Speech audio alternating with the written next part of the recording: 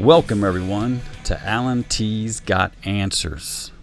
I'm Alan T, and prepare yourself for a journey of questions and answers given by me. They're not going to be right, they're probably going to be wrong, and they're definitely going to be boring. But I'm going to do the best I can to entertain you and mostly entertain me. So to start off, the first question I'm going to answer is a question given by myself, because obviously nobody's watching this yet, and hopefully somebody will. So the very first question is going to be, why am I doing this? It's kind of a lengthy question, or kind of a lengthy answer. It's one of the same. But I'm going to start off with this. Not to bore you with all the details, but my life kind of had changed a little bit. The career I'm in, I'm still in the same career, but kind of started something new. Not going to go into detail because it's going to be boring, but something new that's kind of brought a little change and basically has brought me a lot more spare time. And as you can see in the background, I do have some music equipment in here. Not very good at it, but there is one project that I did, one band project that I did that I'm pretty proud of. And actually, it's in the opening credits and the end credits, the band Edge Set Mary. That's actually me on the drums and me singing. So I hope you like it. If not, so sorry. But I don't really have the time to try and start a band, and I don't really have the drive to do that right now, but I'm looking for something that's going to pass the time. So I thought about maybe doing some video work. Some kind of video, because I've never done it before, and I like to try new and exciting things, so I figured, why not? So I know a lot of people are doing these podcasts where they're getting guests to come on, and that sounds like a lot of headaches. So I figured, let's just keep it just me and start from there and see how things go. And so I started thinking about things that I can do within myself and by myself. And what can I do? I'm like, I've got a lot of interest, but I don't want to just nail myself down to one thing. And so I figure, well, I like getting to know people. There's all those nuances of the beginning topics, the beginning subjects of trying to find out what somebody's like, what they like, and stuff like that. And I like meeting new people, and I like talking. So I figured, you know what? Maybe I'll just answer some questions. But to start off, since nobody's watching yet, I'm going to have to come up with some questions. So what I did was I went online and I started searching to see if there was any random question makers out there. And I did find a few. And at first it was like, oh wow, these are some great questions. And then I got through the 15 random questions that they had in there, and it was just on a loop. And I'm like, oh well, that kind of stinks. But I did find another website. So I came up with a couple different questions, just to kind of start off. And the hope is that if somebody starts to watch, that maybe they'll leave something in the comments below with a question. It can be a simple one, it can be a dumb one. I'd like to try and keep things light right now, so I don't really want to get too into like, politics and religion and stuff like that. So maybe later on down the line. But for right now, just, keeping it light, keeping it simple, and starting from there. So that's the premise so far. That's where I'm at. Hopefully it's going to be entertaining. We shall see. So starting with the very first question. Well, actually, it's the second question because I just did the first question. But the first, real question that I have on my list is, do you have any nicknames? Well, I've got a few. But there's one that stands out, and that's the one that I'm still very well known for. And the nickname is OP, as in Ocean Pacific, not OP like Mayberry and the Andy Griffith Show. Nothing like that. So it's Ocean Pacific. And the story is back in the 80s, I grew up in a small town in Texas, and we used to go to Padre Island and, play around in the surf and stuff like that. And so obviously I started buying up Ocean Pacific clothing because I thought it was cool at the time. And I still think it was cool.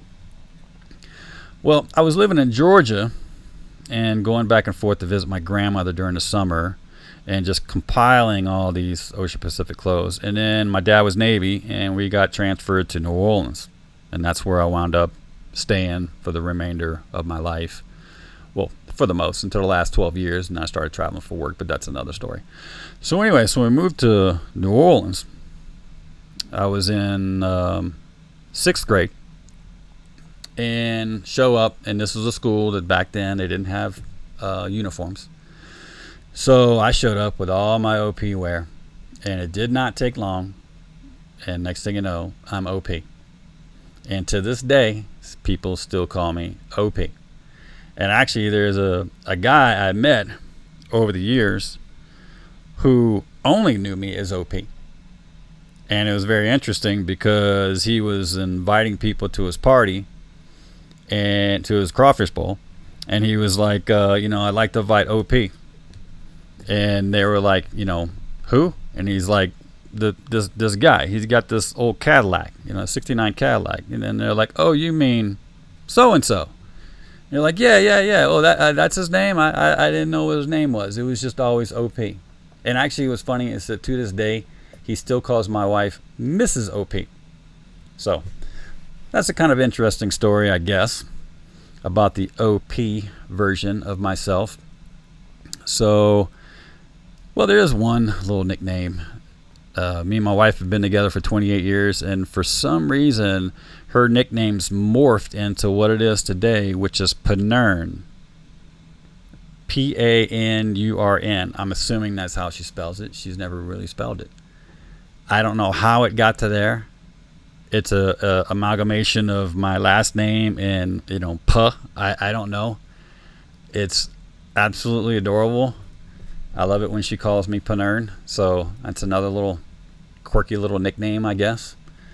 So that finishes that question. I do have one more on here that I thought would be kind of interesting. And the question is, pirates or ninjas?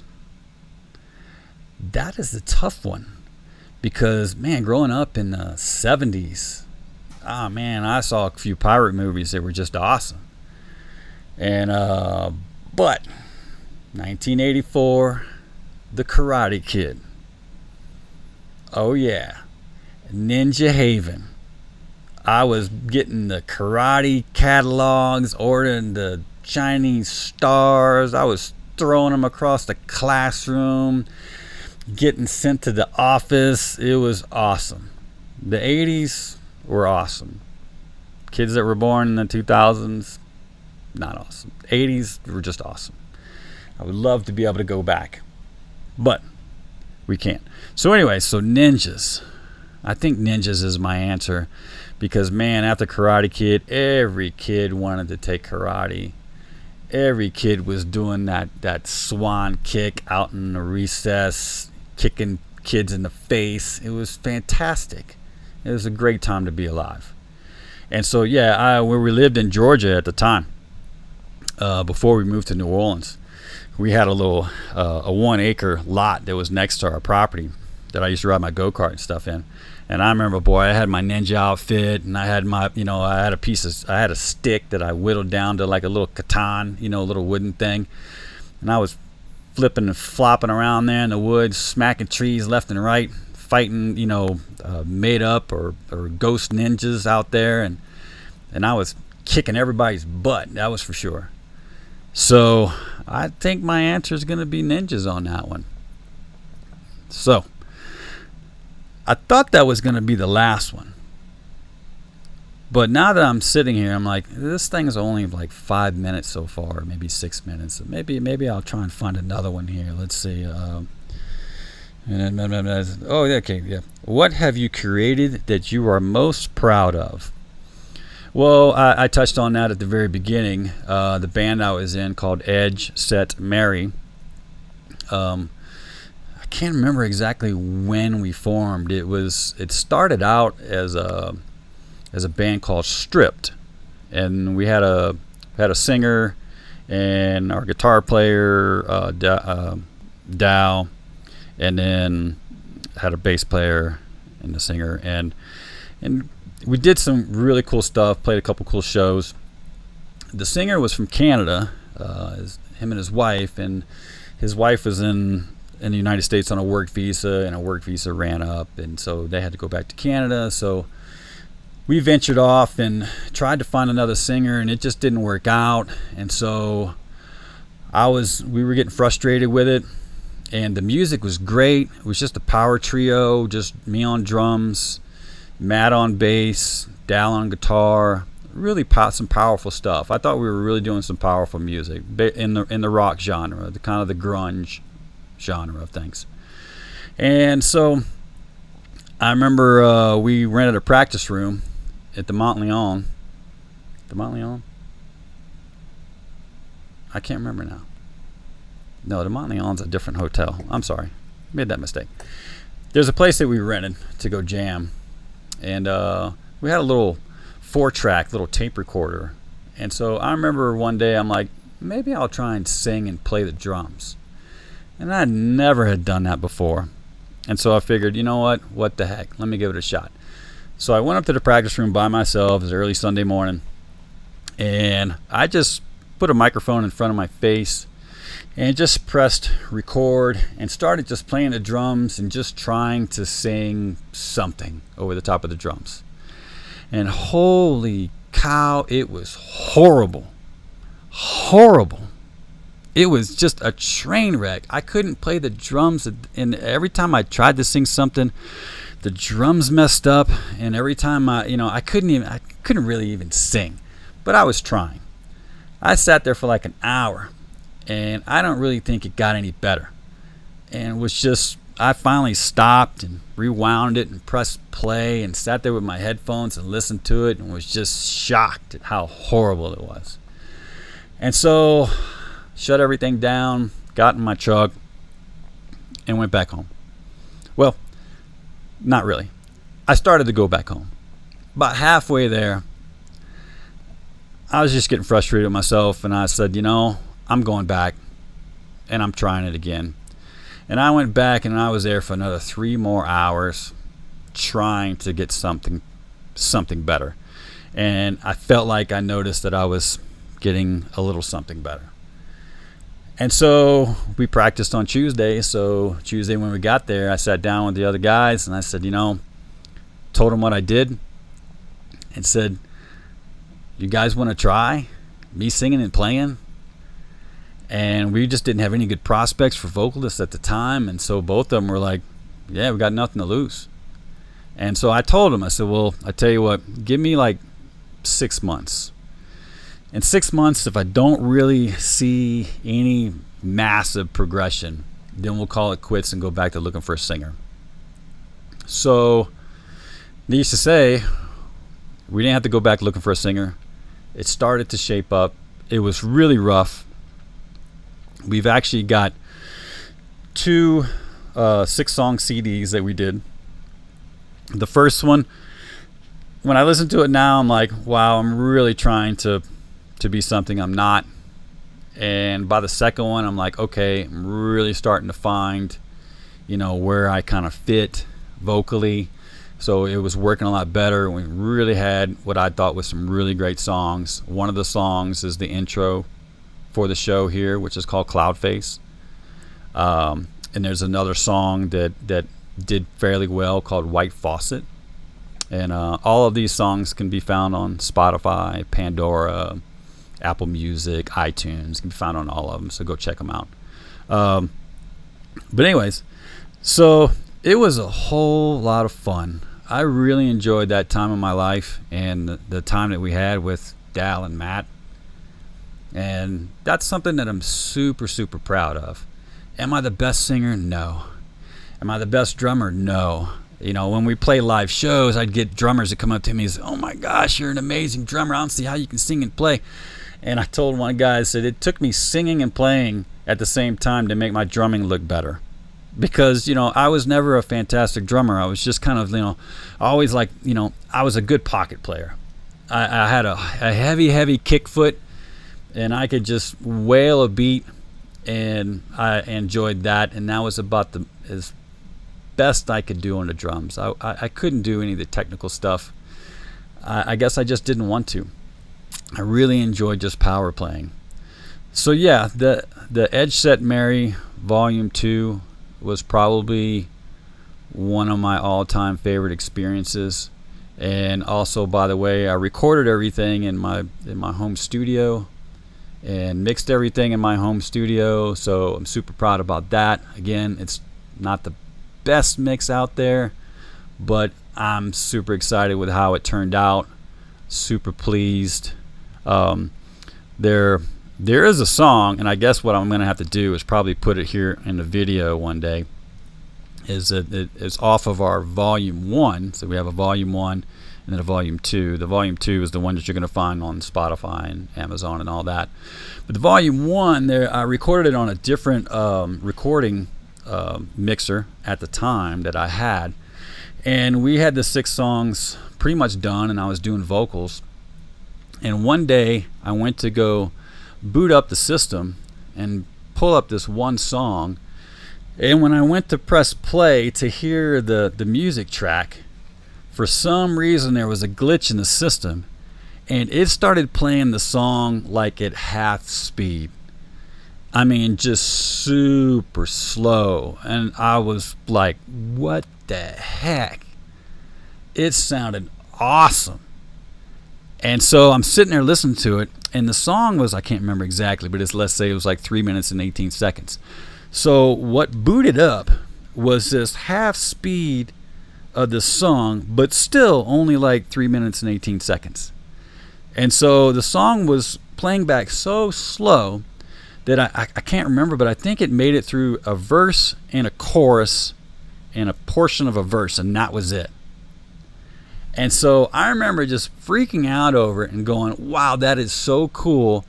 And so what I did is, some of you may know who Eddie Vedder is, but I pulled a total Eddie Vedder, which Eddie Vedder is very famous vocalist for Pearl Jam, but he's also very famous for, this one particular song that you can't understand what he's saying. Unless you got the lyrics in front of you, you just don't even know. So I totally pulled an Eddie Vedder and just started like mumbling a bunch of stuff that I thought would sound cool over it, and I recorded it. And so then I'm like, well, I wonder if I can save it, and it'll save it at that half speed. And so I saved it. And then I got out the system, and then I rebooted that saved song, and it pulled up just like I recorded it. And I was so happy. But then I'm like, well, let me pull up the original one. And I pulled it up, and it played it like it was supposed to be played. So there's just that one little glitch in the matrix that happened for this one song turned into this slow, crazy thing, and it sounded so goth that I named it Gothica. And the vocals are so deep and so droning that, man, it's also one of my all-time favorite songs. It never even was supposed to happen. I don't know how it happened, I guess I'm probably gonna have to put it somewhere online. Again, I'll probably have to make a video, or maybe at the end of the video I just upload the song and just let it play out, and so you guys can hear it. But it is super cool. And that buddy of mine who used to call me OP, he had a big old sound system in his truck with big old subwoofers, and he loved jamming that thing because the bass was just whoop, whoop, whoop, whoop, whoop, and the kick drum was whoop, whoop, and the snare was fuck all. And it was awesome in his sound system, and it just routed your brain. So yeah, the Edge Set Mary was a great time in my life and super great experience. And one other thing, and that's a little while I'm thinking about it. On the volume 2, there's a song called Raunch, and that's another interesting one. And a little backstory here, that when we were recording some of the songs, our guitar player Dal would try and warm up his strings and warm up his fingers, and he started doing this wah thing, this wow wow wow, and he was just grooving on this funky little nasty little raunchy little riff.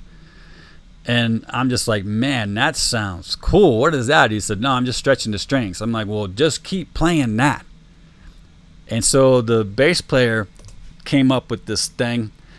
Once I started to play the drums, then the bass player changed over to something else that was just even raunchier and even more just wild and raw. And so I'm just like, dude, I was set to record another song. I said, let's just straight, verse, chorus, solo, verse, chorus, and then outro. Let's just mock it up real quick, and we'll revisit it. So I pressed record, and we did exactly that. And the guitar player, Dal, just went off on the solo. Crazy stuff. He was just letting it go. It was so awesome. And so that night after the guys left, I pulled that track up, and I was just blown away. And I'm just like, this is it. This is a song. And so I'm like, it's so raunchy. I'm like, you know what? I'm gonna call it Raunch, and I got to come up with lyrics, something that has to do with raunch. And so I quickly just kind of threw something together, and I'm like, okay.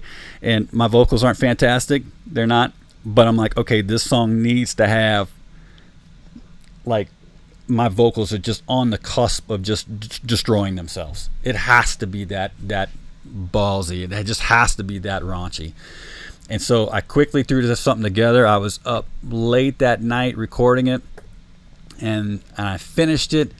The next morning I got up before work, and I went and listened to it. I'm like, oh, this is it.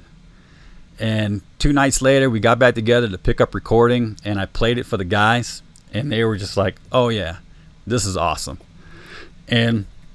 But I told them, I said, man, we got to put this on the CD. It's got to go on. And they were like, oh yeah, man, it's so cool, it's so cool. But the guitar player was like, oh man, my guitar solo was terrible. It was so sloppy, it was terrible. And I'm like, man, what are you talking about? It's awesome. I mean, it was like your soul was coming out. You can't recreate that. It was so spontaneous. And he was like, I got to redo it. And I'm like, oh, man. I'm like, okay, it's a digital recorder. I can save that track.